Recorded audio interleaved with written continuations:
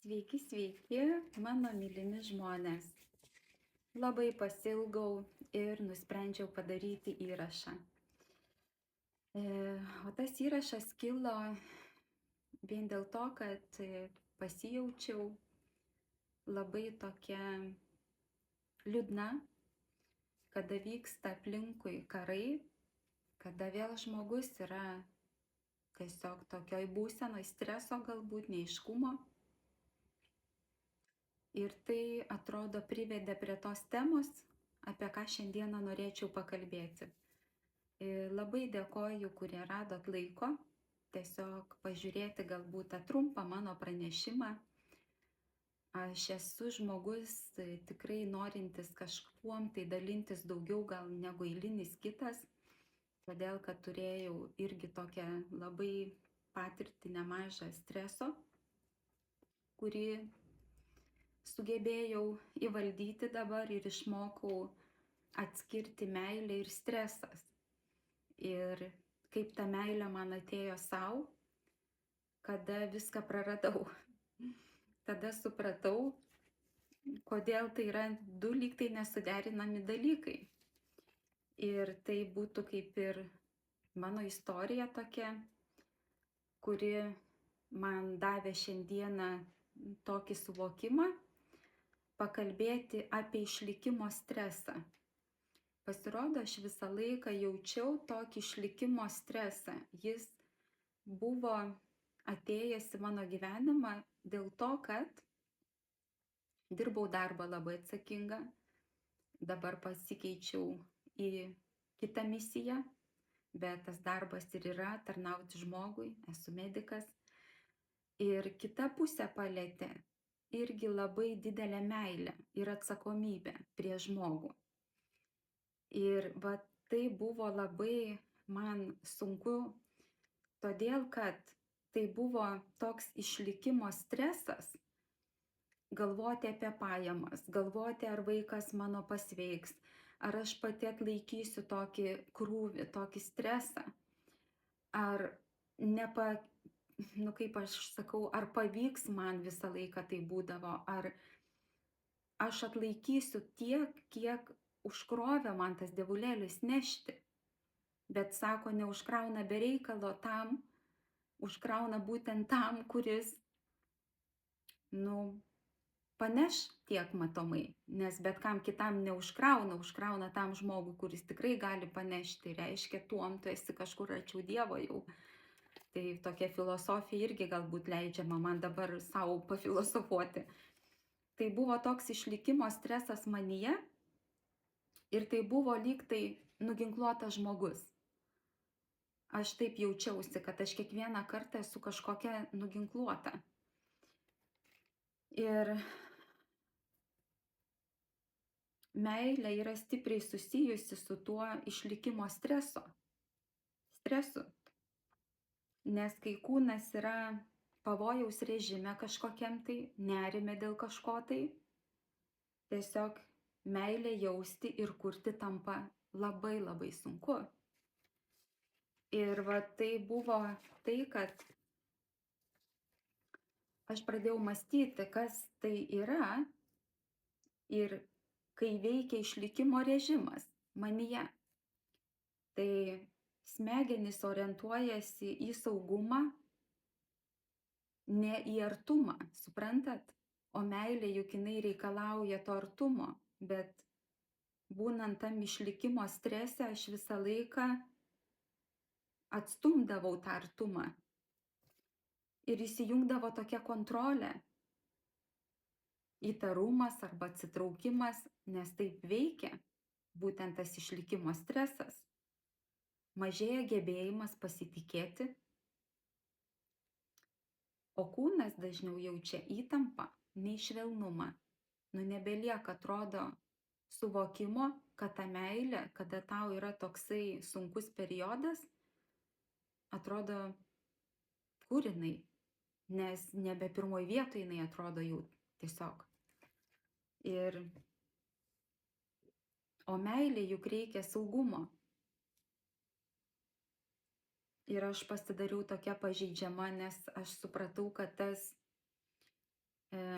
vadinamas išgyvenimo režimas įsijungęs, jis atitolino mane nuo visko. Ir buvo labai sunku. Ir dabar žiūriu žmonės lygiai taip pat išgyvena tuos karus, kas vyksta, ir jaučiasi lygiai taip pat tokioj nežinioj, ir tai paliečia santyki su šeima, paliečia santyki ir darbuose, paliečia santyki pačiu su savimi, nes toks yra išlikimo režimas. Ar išgyvensi ar ne, netgi toks klausimas šią dieną kyla. Ir ta mityba atrodo svarbu, mes maitiname, stresas, nuovargis, atrodo ir tos kavos eini daugiau gerti, ir tai nebesigauna, nebepadeda, ir visa kita sukrenta tiesiog taip. Tai aš galiu pasitarti pati su savimi nebent dabar, ir kad pirmiausia aš supratau, kad man reikia atkurti šitą vidinį saugumą su savimi.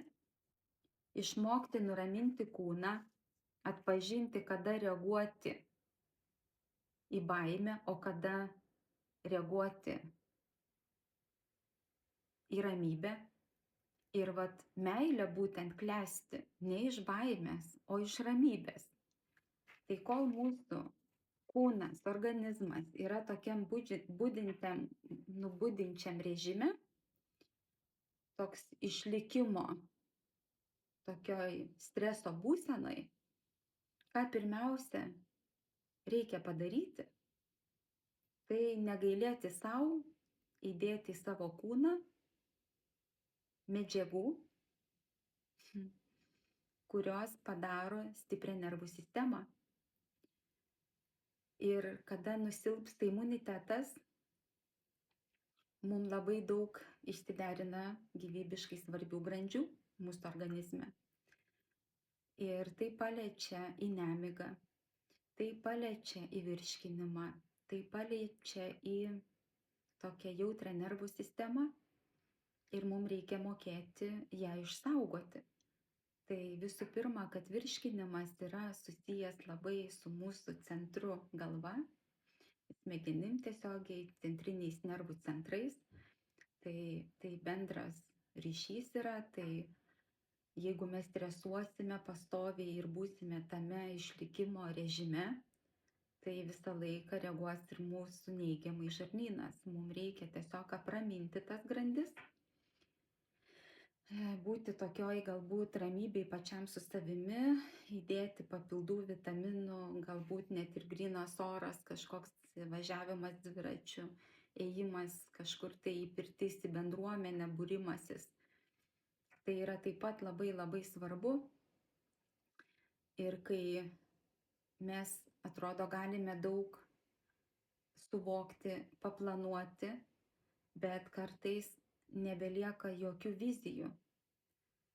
Nebėra to matymo, nes kai iš tikrųjų tu blogai jautiesi, apie kokią tu viziją čia gali svajoti, kada tu esi tam streso išlikimo režime, jis tave palietė. Ir mūsų žmonių ne visų yra ta vienoda nervų sistema, mes esame visi labai labai skirtingi. Tas trumpalaikis stresas, jis yra kaip, sakyčiau, geras dalykas, nes jisai neleidžia mums užmigti ant laurų. O tas ilgalaikis stresas, jis yra tikrai mums nepageidaujamas. Ir ta nervų ląstelė, jinai vystosi taip pat ir mūsų oda, ir plaukai, mes iš to pačio sudėti. Tai pasižiūrime, kad ir odoje problemos atsiranda, ir plaukai kitiem pradeda netgi ir slinkti, ir sausėti, ir lūžinėti, ir visa kita. Todėl, kad mūsų nervo sistema yra neatstatyta pilnai. Tai ką aš pati dariau? Aš pati dariau įvairiausius dalykus. Visų pirma, aš niekada nesimėčiau. Aš ieškodavau kažkokio tai ypatingo tokio pajautimo, nuo ko ateina džiaugsmas man į širdį. Ir aš grąžindavau save į vaikystę, kur aš buvau tikrai labai laiminga, sveika, stipri. Ir iš ten man ateidavo šita ramybė. Ir galvodavau, kad reikia man susigalvoti kažkokį tai pomėgį, kurį aš tikrai myliu ir nuo kurio ateis man daug jėgų. Nu jo, tai kai atėjo tos jėgos, aš pažiūrėjau, kad besportuojant aš išprakaituoju taip pat labai daug mikroelementų, visokių ten elektrolitų, apie tai paruošiu temą. Ir žinokite, nu tikrai jausdavosi ir silpnumas ir viską, tai aš supratau, kad aš turiu įdėti ir tų gerų medžiagų, kad tas kūnas nebūtų silpnas, nejausčiau aš to galvos svaigimo ar silpnumo dėka to trūkumo mikroelementų ir elektrolitų. Tai vyksta dehidratacija, kada jų trūksta, tai būna ir dažni vėmimai kažkam, tai gal net ir acetoniniai pas kažką tai vėmimai yra. Tai ten 1-2 kartus įvėmus gal ir nieko, bet jeigu jau 10, tai reikia ir pas gydytoją kreiptis. Ir būna, kad žmonės pavartoja antibiotikų, jiem tiesiog irgi ilgą laiką skiriant juos būna sutrikusi žarnyno flora, gerosios bakterijos pradingsta, būna išsiskutęs žarnynas, pralaidus žarnynas, čia irgi kita tema. Tai reikia viską atstatyti, tuos visus balansus sutrikusius ir vat svarbiausia reikia, kad būtumėme mes darnoje patys su savim, bet to savaime neįvyks, todėl mes turime vartoti savo stiprinančius maistinių medžiagų kažkokias tai grandis stiprinančias.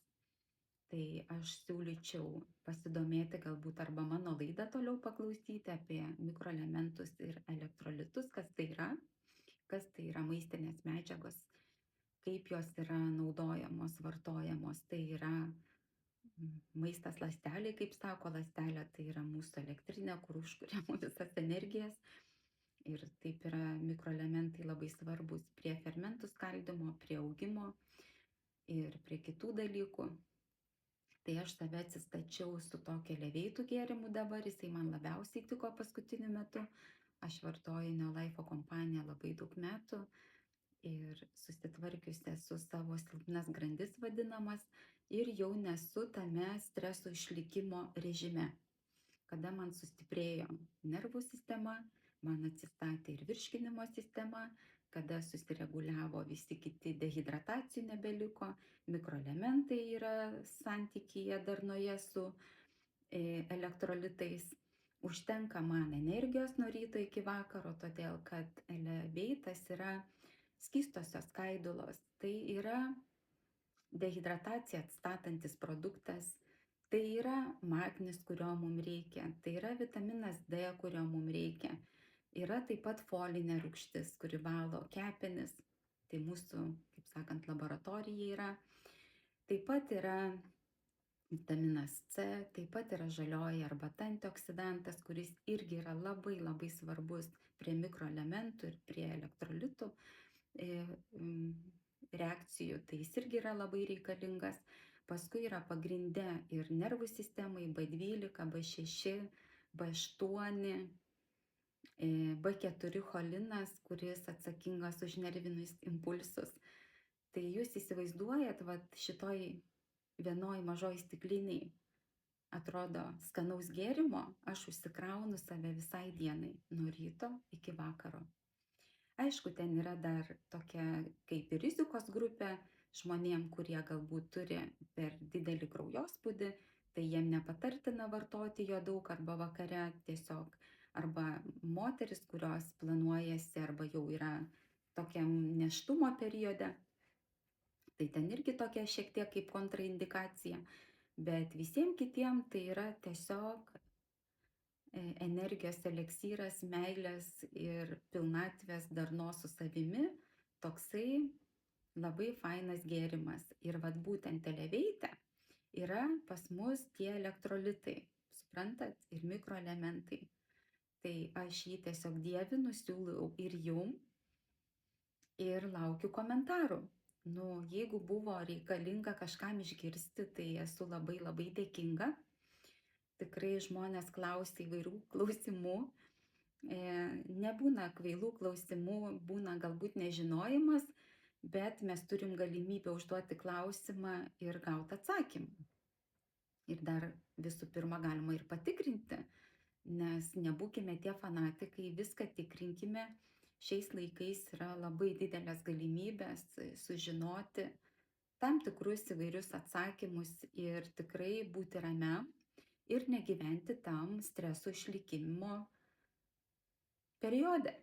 Nebūkime užstrigę tame.